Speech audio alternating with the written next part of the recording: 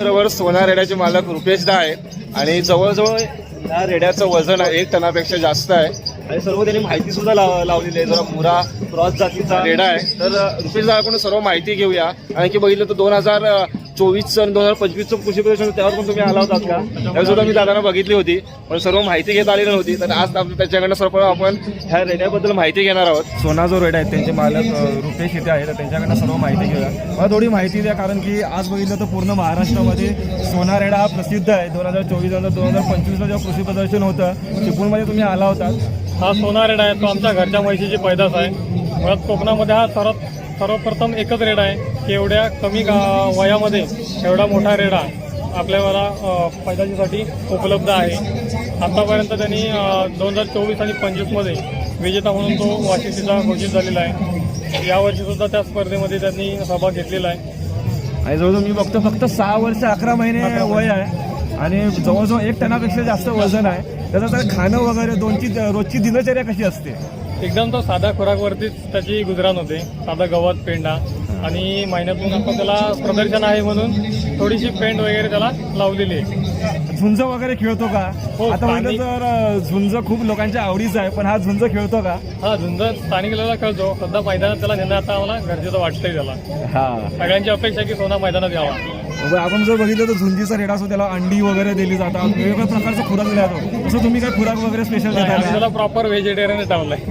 Proper vegetarian असून सुद्धा एवढा मजबूत रेडा आपल्याला पाहायला मिळतो आणि जवळजवळ 1 टनापेक्षा जास्त वजन आहे. मुरा क्रॉस आहे, त्यानंतर जवळजवळ उंची आहे त्याची 5 फूट 3 इंच आणि वजन 1 टनापेक्षा जास्त आहे. माझ्या मागच्या बाजूला आहे ना, इथे कृषी प्रदर्शनामध्ये बदक, त्यानंतर टर्की पक्षी आणि वेगवेगळ्या प्रकारचे पक्षी सुद्धा विक्रीसाठी आहे. तर ह्या बाजूला आहे ना, इथे बघितलं तर बदक आहेत आणि तिकडे तुम्हाला जे पक्षी दिसत आहेत ते टर्की पक्षी आहेत आणि वरच्या बाजूला चिनी कोंबडी, त्यानंतर बॅक अल्सोत्रा, कावेरी, त्यानंतर बदक, त्यानंतर सोनाली, मस्कोवी असे वेगवेगळ्या प्रकारचे पक्षी आपल्याला जे पाळीव पक्षी आहेत ते इथं पाहायला मिळत आहेत. आणि बदक तर खूप सुंदर आहेत, पांढरे शुभ्र इथे बघितलं तर बदक आहेत. आणि हे बघा टर्की पक्षी केवढा मोठा पक्षी आहे आणि हा टर्की पक्षी जवळ 5 ते 6 किलोचा टर्की पक्षी आहे. आणि ह्या बाजूला सर्व मागच्या बाजूला तर सर्व प्राणी, घोडा, रेडा, बैल, बकरी सर्व ह्या बाजूला आहेत.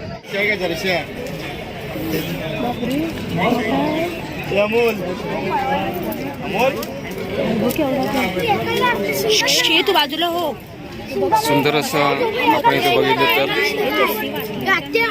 गोटा बनवलेला आहे आणि या गोट्यामध्ये घाटी बैल आपल्याला पाहायला मिळत आहेत.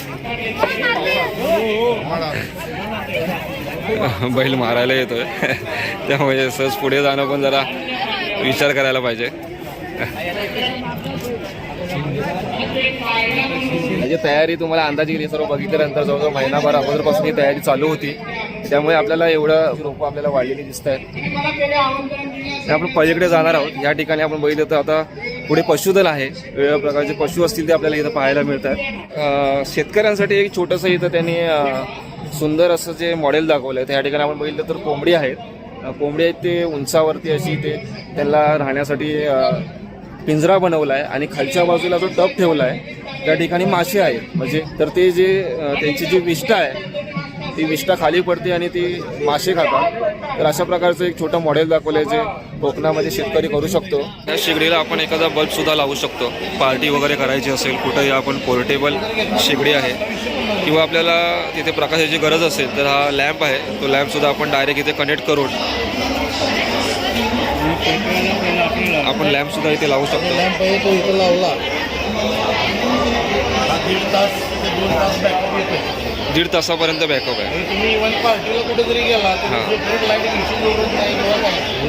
ॲट ए टाइम शेगडी चालू असताना सुद्धा काय प्रॉब्लेम नाही तुम्हाला. चालू असताना आपण लावू शकतो. त्याला सर्व्हिस वगैरे सगळ्या गोष्टी आपण त्याच्याला प्रोव्हाइड करतो. Each end every spare part सहित आपल्याला याची स्पेअर उपलब्ध आहे. घर में सांडगी बनाते आप, ऐसा प्रेस करते जाएंगे तो सांडगी आएगा. आपको दूसरा आइटम बनाना, दूसरा जाली को, दूसरा फरमा को आपको लगाना. ये अलग अलग साँचे आते, मशीन के साथ में पॉलिशिंग आती है. ऐसा घर पे पापड़ी बनाते आप, बनाने को गोल करके पेस्ट बना करके पापड़ी वाला साँचे को आप यहाँ से ऐसा लगा देंगे.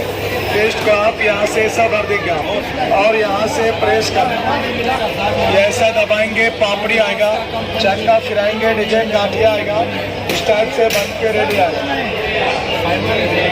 आपको दूसरा आइटम बनाना रजाली को, दूसरा फर्मा को आपको लगा, ये अलग अलग साचे आते मशीन के साथ में। मंडळी, कसा वाटला कृषी प्रदर्शनाचा हा व्हिडिओ?